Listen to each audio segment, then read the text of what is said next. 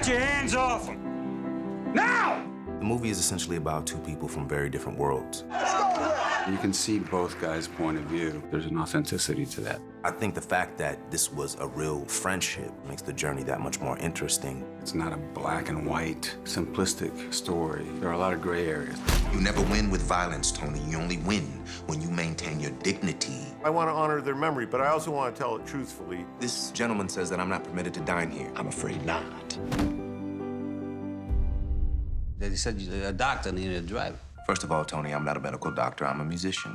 And I'm about to embark on a concert tour, the majority of which will be down south. Atlantic City. No, the deep south.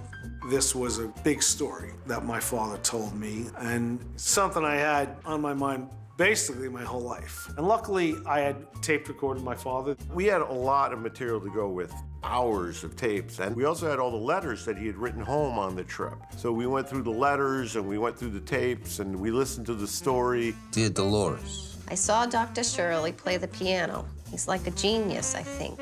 I got back in touch with Dr. Shirley as an adult and got his side of the story. He wanted me to tell the whole story, everything that he told me and everything my father said, and he said he wanted to wait until he had passed away. I met him when I was 5. Remember when I walked into his studio apartment over Carnegie Hall? He had a throne, these floor-to-ceiling windows. It was like Liberace meets Beethoven, and he came out in this long African robe, and he was very, very interested that my father was a family man. May I?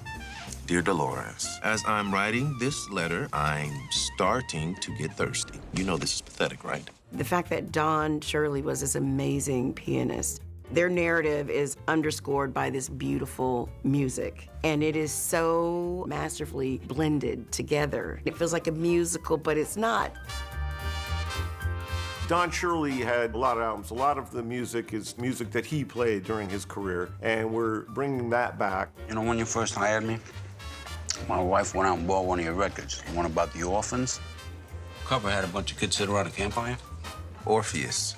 Those weren't children on the cover. Those were demons in the bowels of hell. Must have been naughty kids.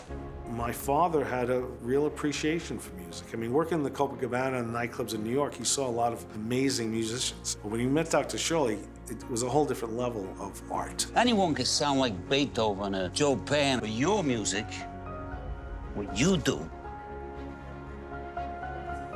only you can do that.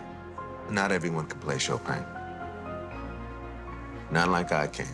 The idea of Tony Lip's unusual and extraordinary life being brought to life on screen, you feel very lucky to be there. Tony had a working-class background and struggled, born not long after the Depression and going through World War II, and just a certain mentality, sometimes bull in a china shop, domineering. Like your friend the president said, ask not your country what you could do for it.